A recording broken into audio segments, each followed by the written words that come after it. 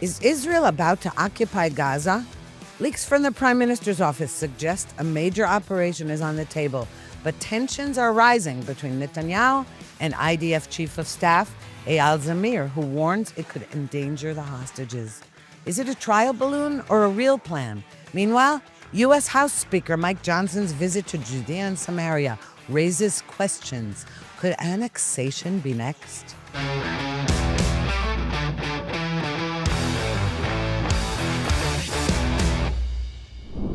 Shalom, I'm Mark Regev, and welcome to another episode of Israel Undiplomatic. And of course, as per usual, I'm here with my co-host, Ruthie Blum. Good morning, Ruthie.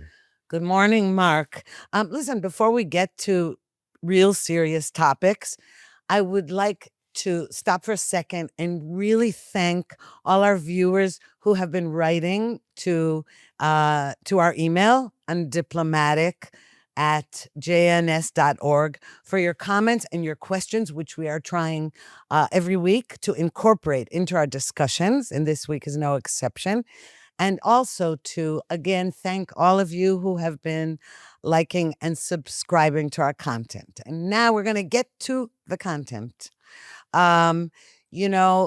The world has been reporting since yesterday or the day before that, based on anonymous sources, may I say, that Prime Minister Netanyahu is planning on, in the next cabinet meeting, the cabinet will decide to occupy Gaza completely after all these negotiations with Hamas failed, of course, and after these horrific videos of two hostages who are being purposely starved and tortured. One of them is digging his own grave in the tunnels.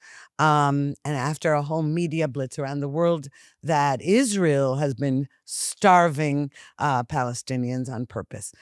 So the idea now Netanyahu did not confirm or deny this report about this move. So you said the international media has been reporting about this, but about the possible Israeli invasion and aggressive intention towards Gaza. Occupation is the word being used by everybody. So I would say they are reporting, I'd put an adjective before that. They are reporting with concern, with fear. They are worried. I've heard reports from media in Canada, the United States, Australia, where they're saying, well, now there's going to be this, instead of finishing the war, there's going to be this terrible escalation with the cost of human life. And what do these crazy Israelis think they're doing? Instead of winding this down, they are winding this up. That's the criticism. One second.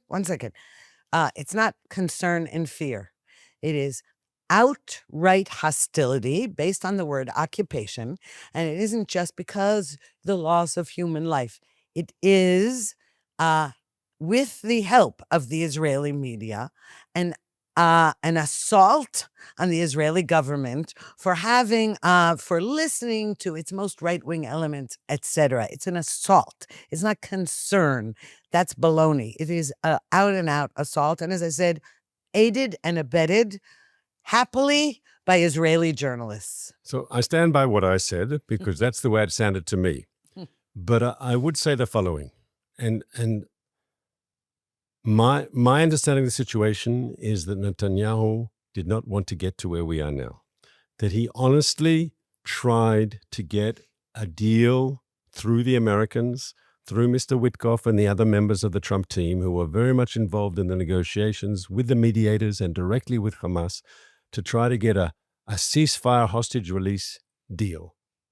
And it's clear to me from the reporting and from what the Americans said publicly that Netanyahu, to use the American expression, was willing to go the extra mile to show flexibility in these talks to get the ceasefire and the hostage release. That's what his preference was. That's what he wanted to do. But Hamas torpedoed those talks. Hamas came back with these ridiculous positions, even hardening the positions. And the Americans, in the end, publicly threw up their arms and say Hamas doesn't want a deal. Not Israel said so. The United States said so when they were there in the thick of things, like the French and the British and the Australians and the Canadians. They can say whatever they want, but they're the I say they show the ire of the irresponsible or the ire of the impotent because they're not involved in these talks. They're bystanders. They're onlookers. They don't know what's going on. The Americans do know what's going on, and they pointed the finger at Hamas. And then the dilemma for the government of Israel is what to do in a situation. Your first priority was try to get this deal. Hamas has made that, unfortunately, as far as we know, as far as we can see, they've made the option of a negotiated deal to get hostages out and achieve a ceasefire. That's off the table today. So what does Israel do in the absence of the possibility of a deal that gets hostages out and creates a ceasefire? You've got two choices as far as I can see it. Choice number one is to capitulate to all of Hamas's demands, which is not an option. I'm sorry, it's just not a serious option. And the other option is you have to upgrade the military. You have to go in there and you have to continue doing what we're doing and even, as I say, upgrade it, make Hamas pay and to slowly but surely take over more of the Gaza Strip. At the moment, we control 75% of the Gaza Strip, take over the latter. Those areas where Hamas still has strongholds, those areas where Hamas still controls on the ground, where their leadership is, where their forces are. And we have to continue the operation against them. Now, I don't think it was our first choice, but if that choice has been forced upon Israel, we have to go down that road. Well, in retrospect, it probably should have been our first choice, but that's another discussion. There is the following issue. It isn't just that we were flexible, okay? And here I would really like to criticize the Netanyahu government for giving in to many demands without getting a single hostage released, without even getting the Red Cross to visit the hostages, not one thing in exchange for the tons of aid that's going in there, food, medicine, etc. We haven't gotten anything in exchange for weeks of allowing Hamas to get away with staying in power. Now, another thing I think people don't realize is that really Hamas has been almost completely defeated. Of course, it has leaders sitting in Qatar in 5-star hotel conditions, but Hamas on the ground in Gaza is virtually destroyed. But as long as there's even one person calling himself the leader, and as long as there are 20 live hostages and 30 dead bodies in there, they can just continue. They know, and this is because they're a death cult terrorist organization, that all they need is a vestige of their group, and they've won. How do they know that? Because they have our hostages, and they know that Israelis care about each human life. They don't care about their own human life, their own population. They want them to starve and be dead and be killed in airstrikes, and they also want Israelis killed. So all they need to do is survive by the skin of their teeth. And when I say they, you can't even name me we've already killed all the commanders, most of them, and the heads of the battalions, etc. So here, the last problem is the hostages. And what I have heard, and again, nobody knows for sure. You and I are not behind the scenes, and neither is this journalist, that journalist. There are leaks, etc. But one thing I did hear, and it sounds reasonable to me or plausible, is that we do know where the hostages are being held, not just the area, but many of them we actually know where they're being held, because all throughout the war we're saying, why don't we know where they are? How can we kill a Hamas commander in Tehran and we don't know where our hostages is, right? Our hostages are, they're so close physically to where we are. So apparently we do, for the most part. But we also know, as Hamas has threatened, and we believe it because they already proved this is true, that if they hear IDF soldiers approaching in any fashion, approaching the hostages, they'll execute them. And we saw that happen last year with 6 hostages who were executed in cold blood. And so we don't want that to happen. So what I understand is that another policy we are going to try to implement is getting directly to the captors individually somehow. I don't know how, because again, I don't understand anything about the military on the ground, the operations. But to get to them directly, it could be to bribe them, threaten them, whatever it takes. And that seems to be the most, I would say, realistic approach right now to save them.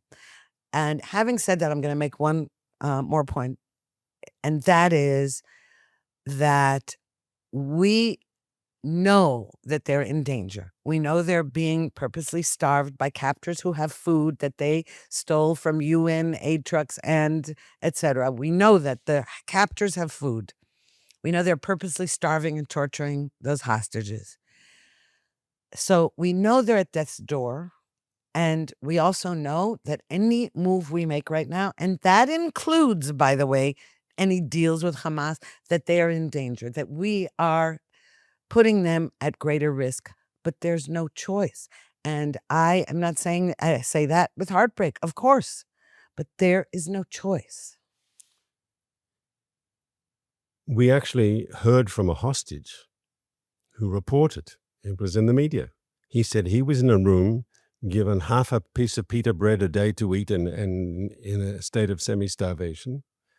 And he looked at his captors and they were eating fresh fruit. I think he even said bananas and meat and all this stuff that was coming in that the Hamas was stealing from the aid. And that's just the reality of Gaza. Hamas controls the flow of aid and they make sure that their people get most of it. And I think they've also deliberately cultivated this crisis in Gaza for political reasons. And now I want to go to the following question. Why is it that against all logic, when everyone thought that a hostage deal was going to be very, very close, did Hamas move away? So one answer you gave, and it's true, is that they're crazy. They're like ISIS. They're a death cult and they don't, that's who we're dealing with. Not crazy? Ideological, Islamist, jihadist. Okay, we're not arguing. Extremist is a mild term. Okay. But there are other reasons as well, because they know that they're losing this militarily. They're not idiots. They're extremists. They're bloodthirsty killers, but they're not stupid. And they know they're losing this militarily. But they think, unfortunately, because of two factors, that if they just bite their lip and hold out in the end, they can win this. Factor number one is that they know how dear the hostage issue is for the Israeli people, not just for the families, but for all Israelis. And in the end, they keep up the pressure and Israel will capitulate, agree to the Hamas demands, which means Hamas stays in power and retakes over the whole Gaza Strip and starts preparing for the next October 7th. Because we are so desperate, we will pay any price to get the last hostage out. And there are enough voices in Israel who echo that can give Hamas the feeling, why should they compromise? And that Israel in the end will agree to their terms because we value the lives of the hostages, and we do. And if Hamas believes that that's about to happen, maybe another week, maybe 10 days, why should they compromise? Number two, and here I want to go back to what I said before. I said before, the ire of the impotent, the French and the British and the Canadians and the Australians and the European Union, all these people, right, who are saying, stop the war now. And that's, they're taking, how do you say, what would be a good metaphor? They mean lose the war. No, but they mean stop the war now means Hamas stays in power. They don't have to worry about Israel. And they think if it's not going to be internal pressure on Israel because of our desire to get the hostages out, it's the international pressure on Israel because all these governments are saying stop the war. And in the end, Israel will be forced, theoretically, by these international elements to stop the war. And so actually, I would say to those international leaders, whether it's Macron or Starmer or the Carney in Canada or the Australian Prime Minister, all these people have been calling for an immediate ceasefire, right? You've actually undermined the chances of a ceasefire that could have been achieved through the release of hostages because you have helped entrenched Hamas's hardline position that torpedoed any chance of a ceasefire. And you're absolutely right. And also, let me just say, there's also a cynical aspect to this because as you pointed out last week, I think it was, that these leaders in Europe are concerned with their constituents. They have a growing radical Islamist population. Not all the Muslims in Europe are radical Islamists, but they do have a growing radicalization. By the way, as is the case in America, Europe, and elsewhere, that the left is growing more radical and backs the Islamists. So they're concerned, but the irony is on that the joke is on them because they think of everything as like, this is all Israel, it's all over there. They don't realize that they're facing similar threats. They're seeing it in individual terrorist attacks and stuff. But, while they're saying, oh, well, we have to cater, you call that political reasons. I'm saying that they don't know what's waiting for them. That's number one. Number two, nobody, and the Israeli left also, they're just disgusting. The artists, all these petitions being signed saying, it's not just they're saying, stop the war. They're also buying into Hamas's narrative about Israel's being the bad guy already. And there are petitions going around, academics, artists, singers, writers, the usual suspects. But here's the thing. They keep saying that if we just end the war, we'll get all the hostages out. And where they have developed this ridiculous fantasy, there is no such deal on the table. But I will tell you one ironic thing about this. Months ago, there was a left-wing podcast in Hebrew, an Israeli podcast, and the interviewer said, "Okay, we all say at any price, end the war at any price, get the hostages home at any price." And so the interviewer said, "Okay, but what if the price is keeping Netanyahu at the helm for another 5 or 10 years?" And the other person said, "Oh, I wish you don't ask me that. That's hard to answer." In other words, let's endanger the whole of Israel by releasing bloodthirsty terrorists from prison, by anything Hamas wants. But to get all the hostages, you need to keep Netanyahu in power, then they have to think about it. Well, first of all, as far as I know, Hamas has made no such request, yes, for obvious reasons. No. But I want to make clear, because if you poll the Israeli public, and of course polls can be biased, and it's not a science that is without problems. But if you ask the Israeli public in polls and you say stop the war and get all the hostages out, you get a clear majority in consecutive polls. The minute, however, you articulate what Hamas's demands are, then suddenly that majority dissipates. And let's be clear what Hamas is demanding. Hamas is, and I leave open the question, would they actually ever release all the hostages? Because I think that's a very doubtful proposition. Why would they in any way, from their point of view, the hostages are their assets. Why would they give them all up? But let's presume, for the sake of argument, that they would be willing to give back all the hostages. They are demanding in return, number one, a full and complete Israeli withdrawal from Gaza, which includes the perimeter area right next to the civilian communities, right? Which even people on the Israeli left, and I've seen interviews over the last few days, they say, do you agree to that? I don't agree to that. Well, Hamas isn't going to, that's fine. They say, not terrorists who've been in Israeli jails for years, the Nukba terrorists who beheaded, who raped, who burnt people alive on October 7th, those people who were deliberately and directly involved in the atrocities and the massacres of October 7th, they all have to be released. That's also a Hamas demand. And, yes. And even in this latest incarnation of Hamas's demands, they demand not only to stay in power, not only that Israel withdraw, and not only that all the terrorists be released, but that they will release the hostages in stages depending on how well Gaza is rebuilt. So it could take years to release all the hostages. In other words, there is, as you said, even the Israeli left says, So, and the polls, here's another thing. Again, we know that. It all depends on the polling questions. Correct. But there's a mixture. Some people in Israel have a fantasy that if we just do this and that, then we'll get all the hostages.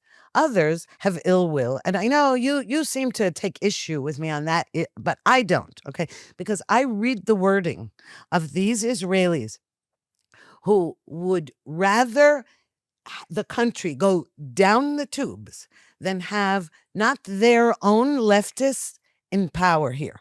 And all you have to do is read the wording of their petitions and read what they say. And they say hostages, but let me tell you something. If that's what you call caring about the hostages, well, I say baloney. Okay, I would prefer a different word, but I'm afraid it'll get bleeped out. So I want to take issue here. I understand, yes, there are people who don't like the government and they used to attack the government on the judicial reform, or they attack the government for corruption or supposed corruption, and now they're attacking the government on hostages. I understand that's politics. Okay. I do believe, however, that there are many sincere Israelis who look at the hostage families and say, okay, to get their loved ones out, like with Gilad Shalit, yeah, we feel for these people, we have to go the extra mile. Let's just get these people out, and then we'll worry about Hamas afterwards. Some of them will even say, let's get the deal with Hamas, get all the hostages out, and then we'll go back in and get our vengeance and take care of Hamas then. Now, I mean, that's said a lot in Israel. Now, I can understand the emotions behind it. I don't think necessarily everyone who says that is evil, but they're wrong. They're wrong. There isn't an option that you're going to get all the hostages out and then you can go back the next day. That option is not there. There's not an option that says you can leave the Gaza Strip, go back to the October 6th frontier, and then suddenly go back into Gaza. It's not that easy. And people have to understand that. Right. By the way, the far left in Israel doesn't even say that. What you said is more like, okay, the naive, it's the people who really do care, and they think, okay, let's just save them, and then we'll go back in and kill everybody we need to kill. All right? The hard left here, and by the way, they're gaining traction in the opposition. The way the Democratic Party in America has become more radical, in Israel, the left has become more radical. I'm talking about certain parties, like the merger of the Labor Party with Meretz has become far more radical than the left used to be here. So I'm talking about them. They don't say, okay, let's just get the hostages out and then kill everybody we need to. No, they say, let's have a two-state solution. Let's get out.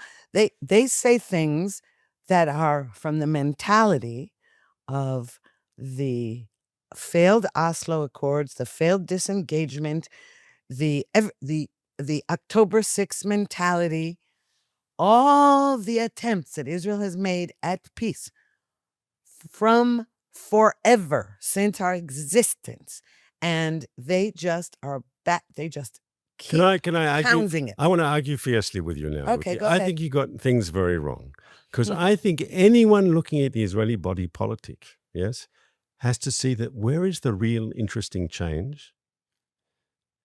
That Ruthie Blum opposes a two-state solution. We can all yawn. That's been your consistent position for the last 20 years. 20? More. I didn't want to expose your age to all our visitors, all right? All our viewers. Forever. Forever. But, okay, forever. What has happened over the last few years, and especially since October 7th, that most of the people who used to talk about a two-state solution in Israel, in other words, that, people like Yair Lapid, people in the Labour Party and so forth, they don't want to say those words today. They'll say it's not the right time. They don't say they're against it, but it's not the right time. Right. You're right. I remember, You're right. even in the last election, I remember leaving my house, true story, and at the traffic light on the intersection, there were people from Meretz, the left, Zionist left, handing out red roses because they're, that's the symbol of their party, they're on the left. Red, appropriate. Red, and they had gave me a piece of paper with 10 reasons why I should vote for Meretz, and one of them was because we should be against religious coercion and to throw Netanyahu out and corruption and all their issues, right? Not once did they mention a Palestinian state. And I would say to all those people around the world, whether it's Keir Starmer in London or Macron in Paris or Mr. Carney in Canada, all these people who talk about a two-state solution, you've got a problem here. Forget Ruthie Blum and those members of the Israeli right who never supported a two-state solution. If the Israeli left doesn't want to talk about it, I'm not talking about a few people on the extreme ultra, yeah, but if mainstream Israeli left, is that a contradiction in terms? If the leadership in the Knesset of the opposition refuses to talk about a two-state solution, you have to ask them why. The people who were behind Oslo, who embraced Oslo, they don't want today to talk about a two-state solution. It's because Israelis understand that a Palestinian state means today a state that Israel will be attacked from. Yes and no. First of all, you're absolutely right. They, in the last election campaign, Yeah. hid that aspect of their platform. And in the past, they used to No, proudly right. espouse it. And you're right that means that they know that voters, they'll lose voters if they do that. And that's a good sign. But what you're missing is that now, with the talk, now we're going to get to this talk about Judea and Samaria and annexation. We'll get to that. And the word occupation of Gaza. I'm hearing from mainstream liberals, not the hard left now. I heard this yesterday in a debate with someone who's not on the far left at all, saying, I'm sorry, we can't be both a Jewish and democratic state if we rule over all the Palestinians or whatever. He said that's the old line from all the people saying, no, it's not that. It's that we have to. And I'm saying, I can't believe I'm hearing this. Okay. I cannot believe I'm hearing the tired old mantras. Okay. We got to change. We like to say, we got to change the disk in the computer. We got to change the thinking. So I'm concerned about that because talk of that has come up again. And I'm going to just preface that and hand it over to you by saying that House Speaker Mike Johnson, on his visit to Israel this week, he was the highest American official to visit Judea and Samaria on an official trip. And he went there, and in his speech, he basically said, this area belongs by right to the Jews and to Israel. And with the backdrop of 2 weeks ago, I believe it was, the Knesset voted overwhelmingly in favor of annexing Judea and Samaria, or at least most of it, where most of the Jews are, et cetera, and also other places. So his statement has aroused all kinds of hysteria, but it has brought back that discussion about how can we do that and rule over all this, rule over. And I say, I'm sorry, it wasn't our choice to live by the sword. Never has it been our choice. And you got to wake up, okay? Because it's not just Hamas. The Palestinian Authority is just as bad. And what all of them say is, we will commit October 7th again and again and again and again, and we will wear down those humanitarian Jews. And it's succeeding because look at them. They're at odds with each other, and it's working. So the issue came up in the past, in the previous government, the idea of annexation. And I remember saying at the time, the idea originally came from the Labour Party. After the Six-Day War, there was an Israeli senior Labour official in the government. He was foreign minister, a man called Yigal Allon, who talked about a situation where Israel would annex and keep as a permanent part of Israel areas of the West Bank, essential basically for Israeli security. He talked about the Jordan Valley and the parts of the high ground and areas where Jewish people have a tradition. And there'd be some sort of territorial compromise, but that we would keep part of it.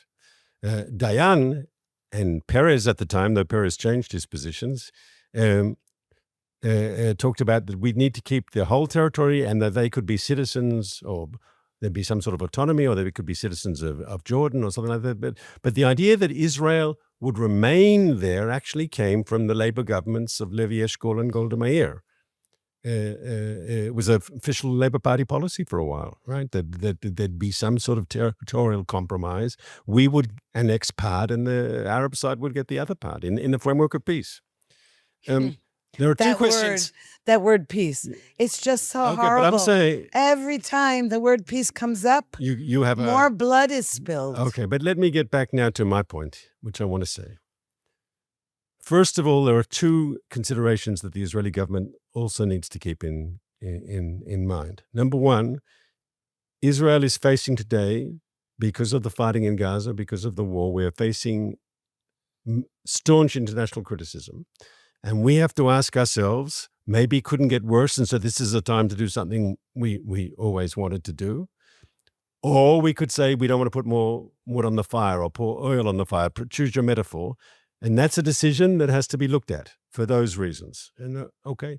Second point on this issue, and let's be clear, we will not do it unless we get the backing of the United States.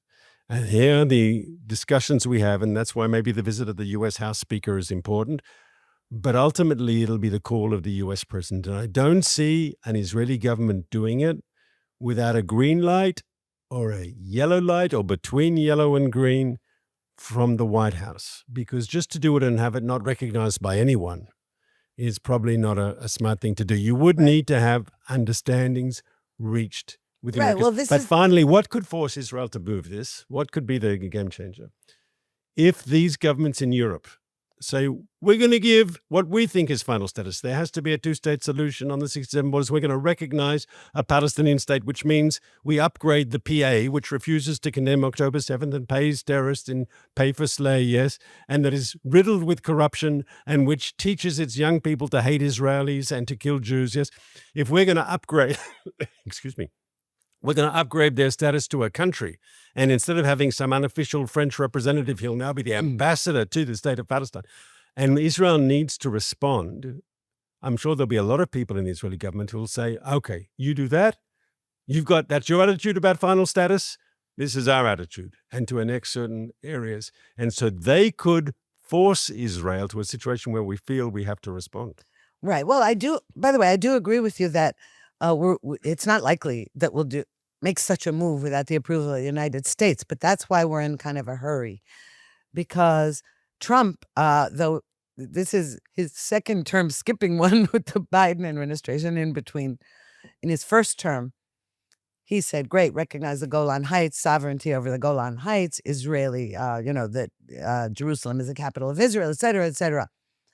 So if there's ever a chance to get this done, it's during this term of President Trump. And I agree with you that we won't just do it. But there are good signs, because it's not just that House Speaker Mike Johnson was there, but also Ambassador Mike Huckabee, who has been very clear about Israeli rights, Jewish rights to the land of Israel.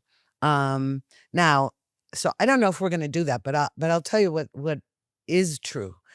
That the world saying that the Palestinians need a state, or that's what their aim is ridiculous. They've never really aimed for a state, because we know this, because they kept refusing it. I mean, they've refused it since Palestine since the state of Israel was established. They've refused to share the land with us.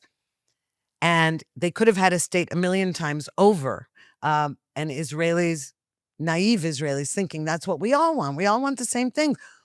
We just want our children to have a good life, etc. Well, it's not true in their case. And we found it out again and again. I always knew that, but okay, not just me. I'm not taking credit for knowing that. I was among the camp that always felt that. But they don't want a state. And by the way, when we withdrew and yanked every last Jew out of Gaza, okay? Where they had planted trees and 20 nice years ago this week. 20 years ago, we also had to take dig up graves and take bones back out of there, because we knew they would desecrate them, and they did. All they did, instead of building a mini state in Gaza, where with all their billions of dollars in euros and shekels, what did they do?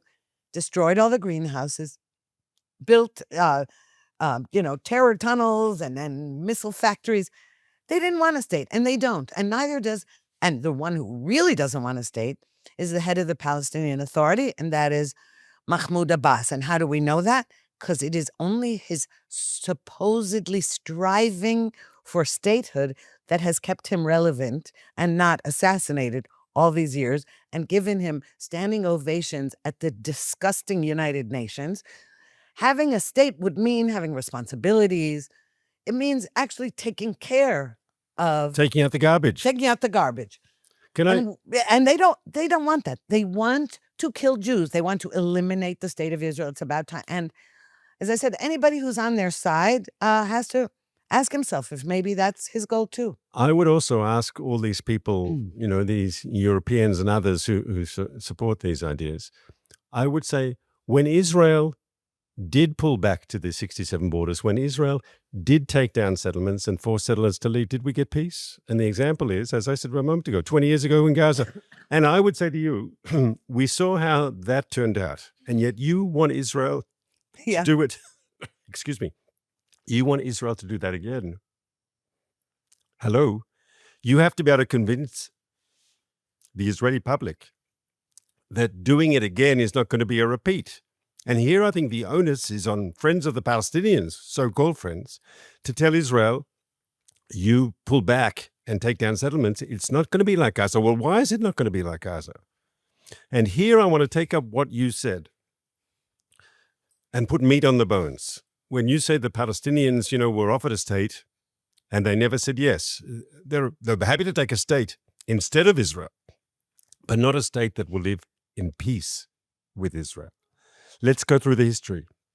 In the 1930s, under the British mandate, the PL partition proposals, we didn't like the borders we were offered, but we said yes. Ben-Gurion and Weizmann, the Zionist leadership, said yes to a two-state solution. The Palestinians who were offered 2/3 of the land. No. All or nothing. By the way, Arabs. Okay, because we were all Palestinians. Correct. It was Palestine. The land of Israel was called Palestine. Correct. 47 partition proposal, same thing. All or nothing. We accepted the borders. They danced in the streets of Tel Aviv after the partition resolution in November 1947. They declared war on us. So you had two chances before the state of Israel was established to have Israel established together with an Arab Palestinian state. They threw both away. Because once again, having their own state was less important than not having a Jewish state. That's the bottom line. Now, in recent years, we've seen this again, whether it was Ehud Barak at Camp David or Ehud Olmert at Annapolis, Israeli leaders willing to make very strong compromises, very forthcoming proposals. Barak and Olmert both agreed to split Jerusalem. It didn't help. Excuse the me. Palestinians have not been ready for a fair compromise ever. By the way, speaking of traitors, Ehud Olmert and Ehud, I am. Okay, you don't have to agree with me. Speaking of traitors, Ehud Olmert and Ehud Barak, both of these offered everything to create a Palestinian state. And it not only backfired, it caused, in Ehud Barak's case, it caused the Second Intifada, which is the suicide bombing war, et cetera, et cetera. Today, both of those figures, instead of saying, you see, we in good faith wanted to do that, and many right-wingers were angry at us, et cetera, et cetera. We wanted to do it, and they rejected it and tried to kill us. Instead of saying that today, both of those two Ehuds have the nerve to go around the world and say that we're committing genocide and that we're an apartheid state and that this is, of all people, the ones who know on their flesh what they wrought on us by their peace overtures for a Palestinian state. So how dare they? You can criticize them, and I think their positions are wrong, but I don't call them traitors. I think you've gone over the top. I don't like it when the left call Netanyahu a traitor. They can say they disagree with him. I think they're traitors should be kept for real traitors. I want to explain why. Abetting the enemies. Excuse me. Is being a traitor actively abetting the enemy? So are all the people out there saying agree to all of Hamas's demands and just pull out and that are they? No, they're wrong. No, I said Ehud Olmert and Ehud Barak, both previous prime ministers, who actually tried to implement all of this. And they, of all people, should know. They are the people who should say, look, we tried everything and it didn't work because of them. And today they're blaming us and saying that Israel is committing war crimes. How dare that? You want to tell me that's not treasonous? Yes, I'm telling you that they're wrong. And I'm trying to find the motivation for them doing that. But I always remember Ehud Olmert took out the nuclear reactor in Syria. Yes. Ehud Barak was one of Israel's great warriors over the years. Yes. So what? No, we're not talking about what they did in the past. But I'm saying you're using the T word, and I think that's over there. They've become that way. I didn't say they always were. I think we have to have a politics in Israel where we can disagree strongly, and I can say that I think they're wrong. But I think traitors should be saved for real traitors. Okay, well, I actually think that they are helping the enemy. So I do. Okay, you don't have to agree with that, and it's true. I don't throw that word around lightly. No, I don't. We're in an existential war for our survival. And you have people with great authority, the authority of having been Israeli leaders, agree with the enemy that we're committing genocide. So Gaza- argue with them on the content. I don't think this is now a moral issue. Can I have a question? Yes. The term traitor has legal implications, right? If they were real traitors, they'd be taken to court and they'd be put in jail. They have positions that you disagree with, that I disagree with, but it's a different to call. I tell you what the problem with the word traitor is, because if you say someone's traitor, that theoretically you can say they should have a death sentence. That naturally follows, right? And once again, I don't like it when people say it about politicians on the right. Once again, you can say you disagree, you don't like them on this. But to use the word traitor, I think in this situation, let's be frank, people who like Ehud Barak and who like Ehud Olmert are also soldiers on the ground fighting in Gaza. Oh, no, don't call them. No. Hold on a minute. First of all, then I will change the word. I will not say they are traitors. I'm going to say they engage in treasonous behavior. That I will say. Okay. I'm willing to modify what I said. So I had a small victory today in the podcast. Yes, you do. You often have a small victory. I just think that there are, there's something called disagreement, and that's right. There are arguments. I know a lot of people, we argue, etc. I argue with people who agree with me on the right. I argue with people on the left. There is a crossing of a line that I say moves into territory that is no longer an argument. It's an issue that has moral implications and consequences. And at that point, I don't consider it an argument. So I'm repeating myself, I apologize. I had a small victory today in the podcast because you admitted that maybe I was right on an issue. And I look forward to next week when hopefully I will have another moral victory. Or I will. See you then. Look forward to it.